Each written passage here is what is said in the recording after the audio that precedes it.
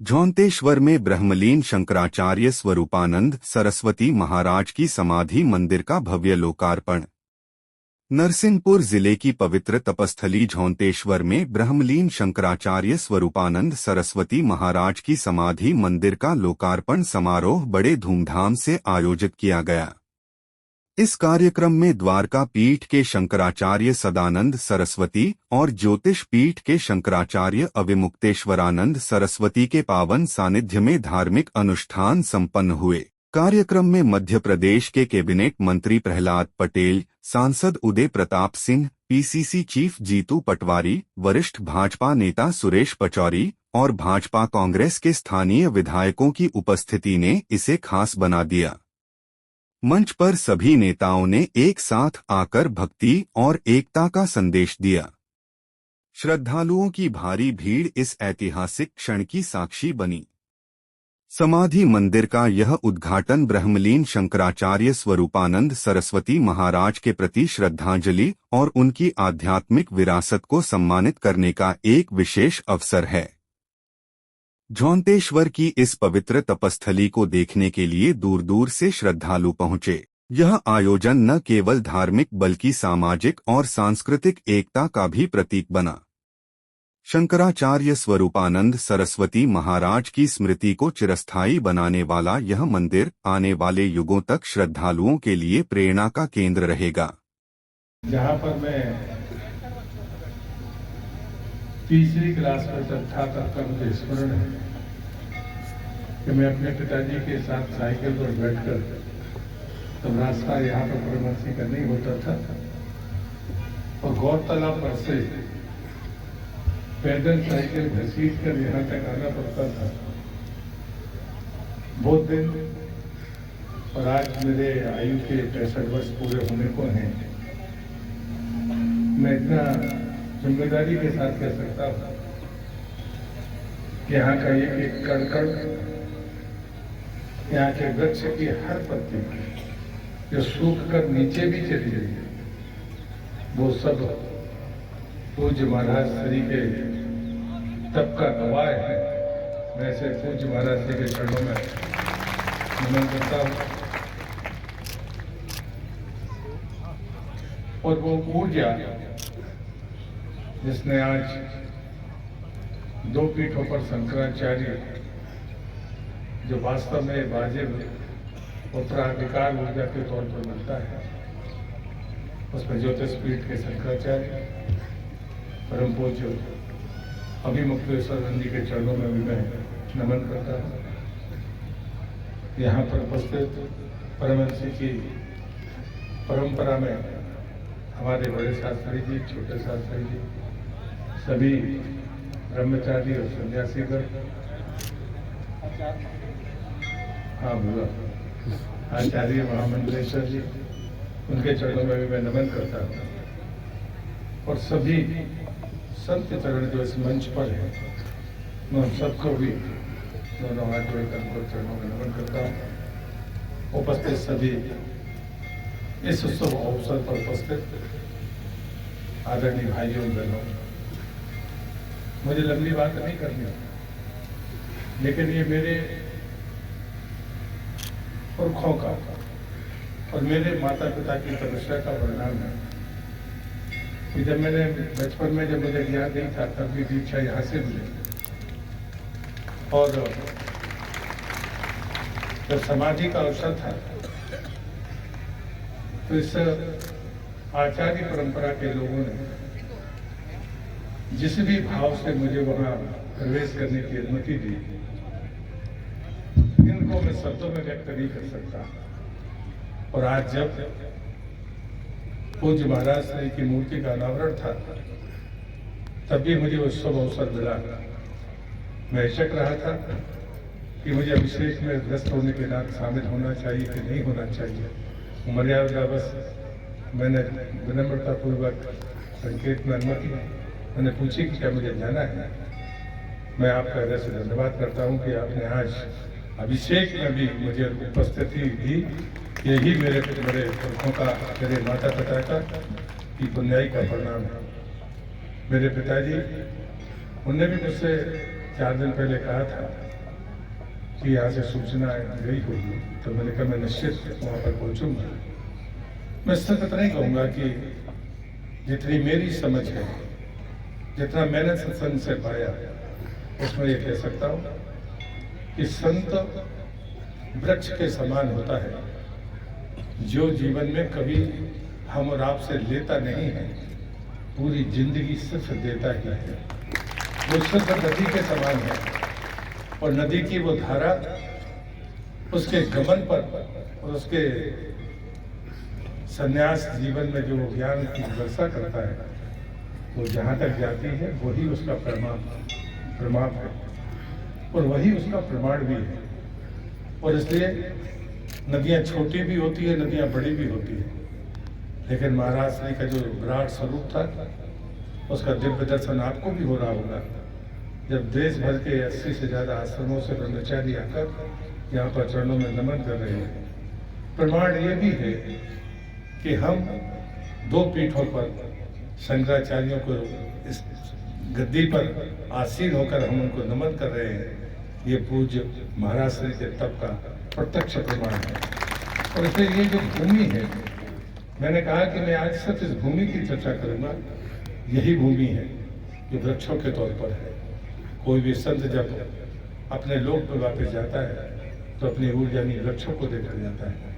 यहाँ पर किसी भी वृक्ष के नीचे बैठकर कोई भी साधना करेगा तो मेरा अपना ये विश्वास है कि वह निश्चित रूप से जिस अपने उद्देश्य के और संकल्प के लिए यहाँ पर आया है उसे प्राप्त होगा।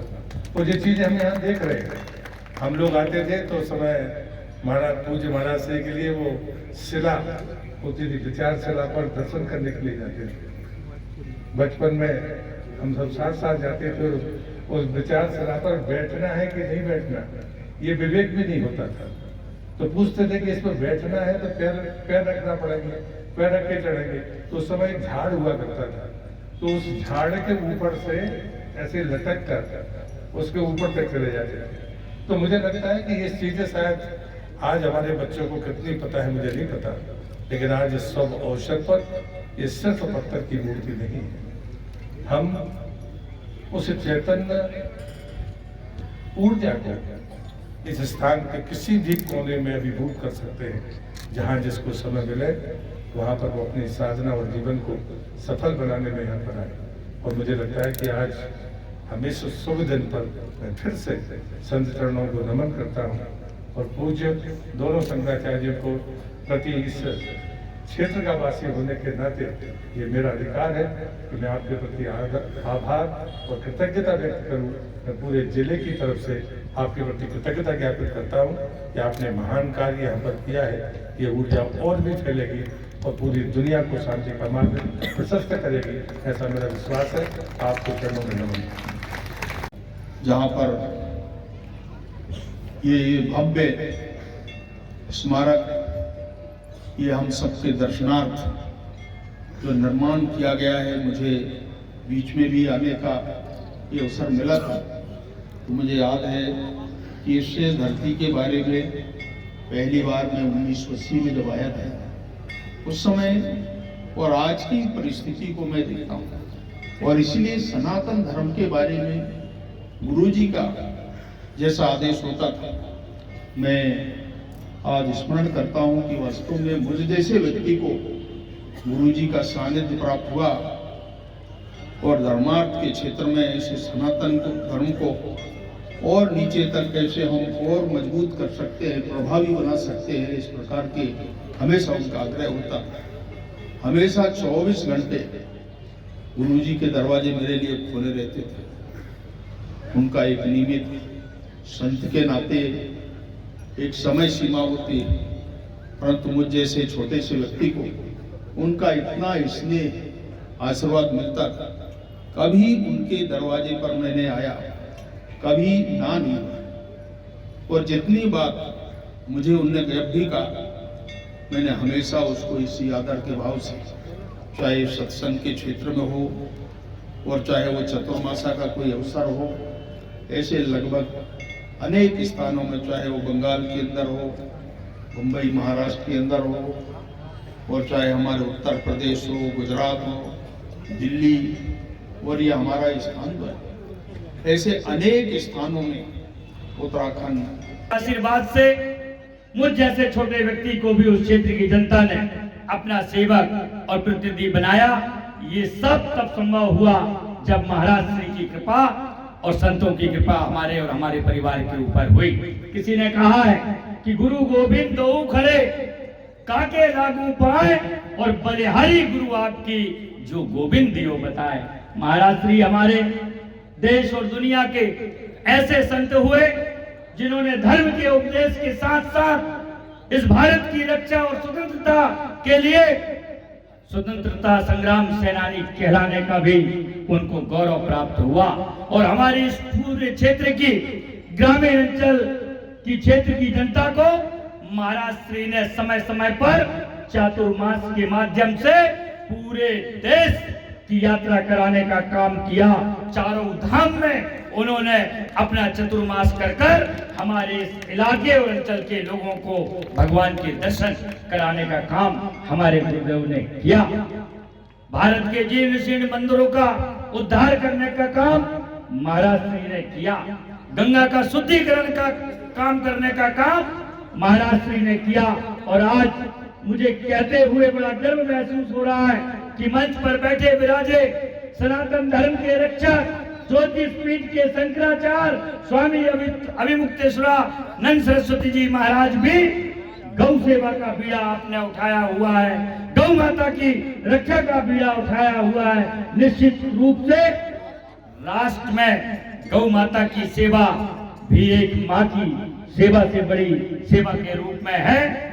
आज हम सब सौभाग्यशाली हैं कि हम ऐसी धरा में हमने जन्म लिया जहां साक्षात भगवान के रूप में संतों ने अवतरण लिया। अभी हमारे माननीय प्रहलाद पटेल जी कह रहे थे कि निश्चित रूप से महाराज श्री का आशीर्वाद देखिए कि आज हिंदू सनातन धर्म की 4 पीठों में से अकेले 2 पीठ के पूज्य हमारे ब्रह्मलीन गुरुदेव शंकराचार्य थे।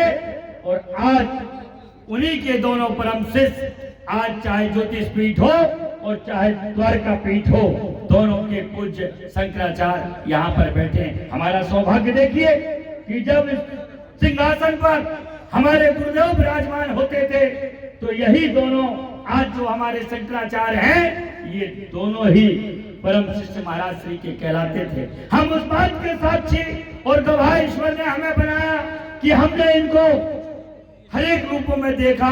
जहां एक और हमने महाराज श्री के सेवक के रूप में देखा, वहीं हमने इनके दंडी स्वामी के रूप में भी इनको हमने देखा। और आज हमारा एक परम सौभाग्य है कि हम इस भारत वर्ष की सनातन धर्म की दोनों पीठ के शंकराचार्य के रूप में हम आपके दर्शन कर रहे हैं। ये सब हमारे गुरुदेव की असीम कृपा से ये संभव हो पाया है। मैं तो आज महाराज श्री की इस प्राण प्रतिष्ठा मूर्ति के अवसर पर दोनों शंकराचार्य महाराज श्रीयों के श्री चरणों में विनम्र प्रार्थना करता हूं कि सदैव महाराज श्री की तरह आपका सदैव हमारे इस अंचल और क्षेत्र की जनता पर वैसे ही कृपा बनी रहे। आपके चतुर्मासों में पूरा इलाका और अंचल सदैव जैसे कि महाराज श्री करते थे कि कभी द्वारका में कर लिए, कभी बनारस में कर लिए, कभी दिल्ली भारत की राजधानी में कर लिए, कभी मथुरा और वृंदावन में कर लिए। पूरे अपने शिष्यों को उन्होंने चारों धाम की यात्रा कराई। आपकी कृपा, आपका आशीर्वाद सदैव हम सभी पर बना रहे, यही आप सबके श्री चरणों में विनम्र प्रार्थना करते हुए मैं अपनी वाणी को यही विराम देता हूँ। और आज इस मौके पर मैं अपने स्वर्गीय पिता ठाकुर हरवंश सिंह जी और मेरी माता श्री पूज्य माता श्री श्रीमती पवन देवी सिंह जी की स्मृति में मैंने जो पूर्व में आप सबके श्री चरणों में विनम्र प्रार्थना की थी कि मैं इसमें भव्य मंदिर के निर्माण में अपने परिवार की ओर से, मेरे यहाँ पर काका साहब ठाकुर रामजन सिंह जी मौजूद हैं, मैं अपने पूरे परिवार की ओर से इस मंदिर निर्माण के लिए 5 लाख रुपए की राशि श्री चरणों में, गुरु चरणों में समर्पित करता हूँ। आप सबके श्री चरणों में प्रणाम करते हुए मैं अपनी वाणी को यही विराम देता हूँ। शंकराचार्य जी महाराज स्वरूपानंद सरस्वती महाराज के श्री चरणों में प्रणाम करते हुए उनकी तपोस्थली, जिन्होंने बरसों बरस इस पुण्य भूमि पर तपस्या की, उनकी कृपा से जाकर किस स्थल पर आज आने का सौभाग्य मिला। मैं गुरुवर के चरणों में प्रणाम करता हूँ। उनका पुण्य स्मरण करते हुए उनके चरणों में अपना शीश नवाते हुए श्रद्धेय गुरुवर से प्रार्थना है, जगत के कल्याण के लिए पूरा जीवन निछावर किया। इस देश और सनातन संस्कृति के लिए वो जो काम कर गए, मुझे लगता है वो सदियों सदियों तक याद किए जाएंगे। आज गुरु महाराज की इस पुण्य धरती पर आने का सौभाग्य मिला। मुझे लगता है कि आज गीता जयंती का शुभ अवसर भी है और ऐसे अवसर पर इस भूमि में आकर मैं अपने आप को धन्य समझ रहा हूँ। महाराज जी के चरणों में प्रणाम करता हूँ और प्रार्थना करूँगा जगत के कल्याण के लिए उनका आशीर्वाद ऐसे ही बना रहे।